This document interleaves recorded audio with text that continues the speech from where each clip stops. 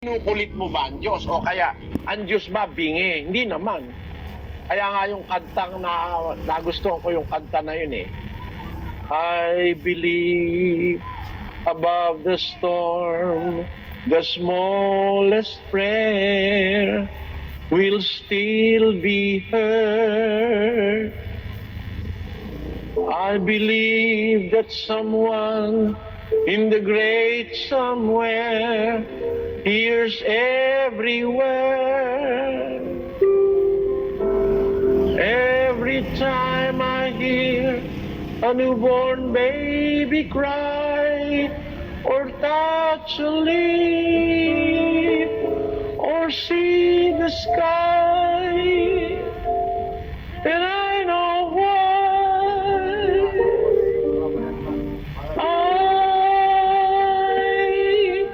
I believe. Oh, di ba tama yung kanta na yun? I believe above the storm, the smallest prayer. Yung pinakamaikling panalangin. Kahit may bagyo. I believe someone in the great somewhere hears every word. Merong isang dakilang nakakarinig ng lahat. Para ulit-ulitin mo pa, anong palagay mo sa Diyos? Bigay. O kaya, ang palagay mo sa Kanya, makulit. Hindi mahusay umintindi. Mali. Kaya yung panalangin paulit-ulit, hindi utos ni Kristo yan. Sino nagturo niyan? Papa. Anong katunayang may paulit-ulit na panalangin? Naggumawa ng rosaryo. Wala naman sa Biblia rosaryo. O, tinan nyo ha. Hanapin natin sa buong Biblia yung rosaryo. Sa buong Bibliang Katoliko, kapatid na Luz, mahanap mo nga sa computer. 3 segundo lang yan, mahanap na ng computer yan eh. Kapatid na Luz, meron ba? Opo, sige po. Hanapin po natin ang salitang rosaryo sa Bibliang Katoliko mula Henesis hanggang Apokalipsis. Ang resulta, no word or phrase found. Kahit sa Bibliang Katoliko, walang rosaryo eh. Wala. Sa English.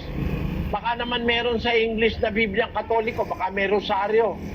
Lagay po natin, rosary in English sa Douay-Rheims version from Genesis to Revelation. Result, no word or phrase found also. Pala namang rosaryo sa Biblia, kapatid na Carol, walang rosaryo.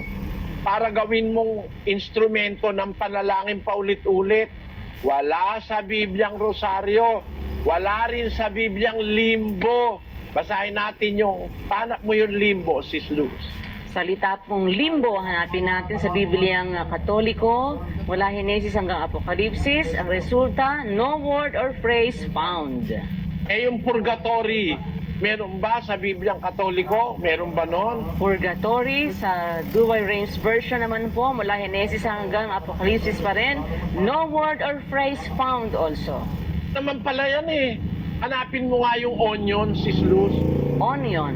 Hanapin po natin sa Bibliang Katoliko, English, Douay-Rheims version.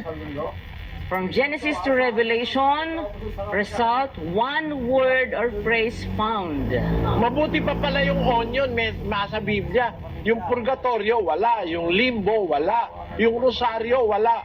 Hindi salita ng Diyos yung rosaryo, yung purgatorio at saka yung limbo.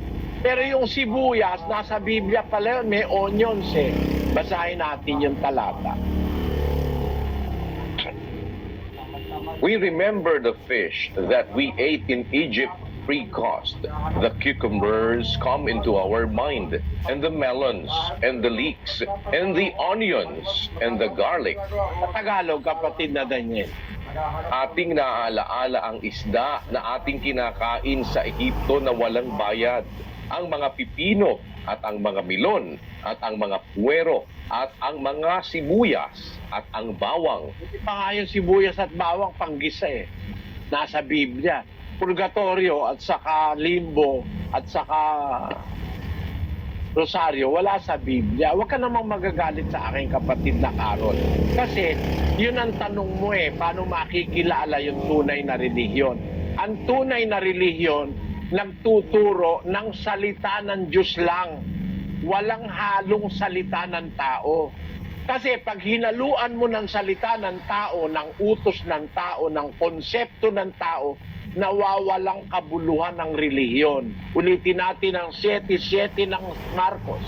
Datapwat walang kabuluhan ang pagsamba nila sa akin na nagtuturo ng kanilang pinakaaral ng mga utos ng mga tao. Pagka ang isang relihiyon may itinuturo na utos ng tao, hindi totoong relihiyon yan. Ang tunay na relihiyon, ang itinuturo lang salita ng Diyos. Sabi nga ng Panginoong Hesus, uulitin ko uli, kapatid, kung ang sino mang tao nag-iibig gumawa ng kanyang kalooban, makikilala niya ang turo kung ito'y sa Diyos o kung nagsasalita ako na mula sa aking sarili. Ayun. Pag napatunayan mo isang relihiyon, nagtuturo ng kanyang sarili lang yung ministro, hindi galing sa salita ng Diyos, at tandaan mo, hindi tunay na relihiyon yon. Bigyan kita halimbawa. Ang Iglesia Katolika, saan ang galing ang pangalan? Saan ang galing? Basahin natin ang librong Katoliko. Sila ang nagsasabi, mga papa, mga pare, saan daw galing ang pangalang Iglesia Katolika. Basahin natin yung librong Katoliko, ang tawag, Discourses on the Apostles' Creed by Reverend Clement H. Crook, pahina 191, kapatid na Daniel. In 1870, at the Vatican Council, the name Roman Catholic Church was proposed, but it was rejected. The bishops assembled unanimously decided upon this official name, the Holy Catholic Apostolic Roman Church. Ayan, ang kasaysayan pala ng pangalan ng Iglesia Katolika, kaya pala nagkaroon ng official name ang Iglesia Katolika, La Santa Iglesia Católica Apostolica Romana. Sa English, the Holy Catholic Apostolic Roman Church. Kailan daw nagkaroon ng ganyang pangalan? Noong 1870. Kapatid, 1870 lang. Tao na si Rizal. No? Kasi pinatay si Rizal 1898. So, tao na si Rizal nung magkaroon ng opisyal na pangalan ang Iglesia Katolika. Doon sa Vatican Council.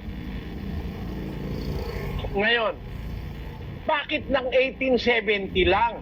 Samantalang ang Iglesia sa Biblia, 2,000 taon na nakakaraan. Bakit ang Iglesia Katolika, ang pangalan niya, galing sa pinagkaisa-isahan ng mga obispo, ng mga papa. Bakit? Hindi kasi galing sa Diyos yung pangalan na yan. Ang galing sa Diyos na pangalan ng iglesyang totoo, na nagtuturo ng relihiyon totoo, nakasulat na sa Biblia. Bago pumanik sa langit si Kristo. Bago namatay ang mga apostol, isinulat ng mga apostol ang pangalan ng iglesyang totoo sa Biblia, hindi Katolika Apostolika Romana. Basahin natin ang 20:28 ng gawa ng mga apostol. Ingatan ninyo ang inyong sarili at ang buong kawan na sa kanila'y ginawa kayo ng Espiritu Santo na mga obispo upang pakanin ninyo ang iglesia ng Diyos na binili niya ng kanyang sariling dugo. Ayan, ang iglesia ng Diyos, ang pangalan ng tunay na iglesia, Church of God. Church of God which He purchased with His own blood. Iglesia ng Diyos na binili niya ng kanyang sariling dugo. Yan ang pangalan ng iglesyang nasa Biblia. Tinatawag sa pangalan ng may-ari ang Diyos. Kaya iglesia ng Diyos. Ba't lalagyan mo pa ng ibang pangalan? Nasa Biblia na nga yung pangalan. Kaya ang sabi ni Kristo, pagka gusto mong makilala yung totoo, titignan mo kung ang turo galing ba sa Diyos o galing ba sa tao. Pagkagaling sa tao, hindi totoo. Ang totoo, yung galing sa Diyos. Kaya ibabatay mo ang salita sa salita ng Diyos sa Biblia. Huwag kang lalagpas doon. Huwag mong hihigitan yun. 4:6 ng unang Korinto. Ang mga bagay ngang ito, mga kapatid, ay inianyo ko sa halimbawa sa aking sarili at kay Apolos dahil sa inyo, upang sa amin ay mga tuto kayo na huwag magsihigit sa mga bagay na nangasusulat. Kailangan pala matuto tayo sa nakasulat. Huwag hihigit sa nakasulat. Kung ano yung nakasulat, yun ang ituturo. At yung relihiyon na nagtuturo, eksakto sa nakasulat, yun ang totoong relihiyon. Marami pa akong gustong sabihin, kapatid na Carol, kaya lang...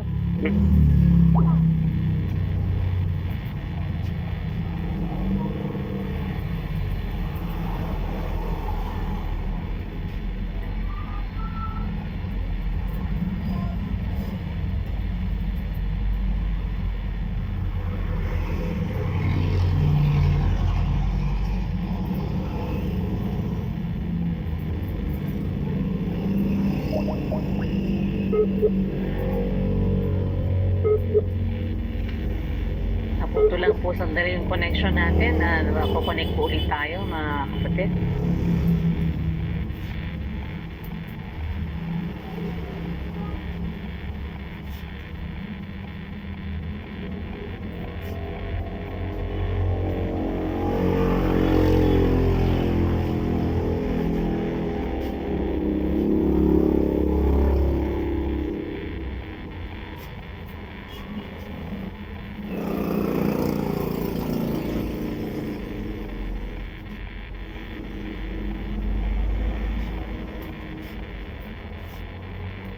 Kahit ulan, nagkakad-lakad ka pa rin. Hindi pa sumakapit ang tuhod mo, kuya. Sarap ang tuhod, walang magagawa. Harap, paito.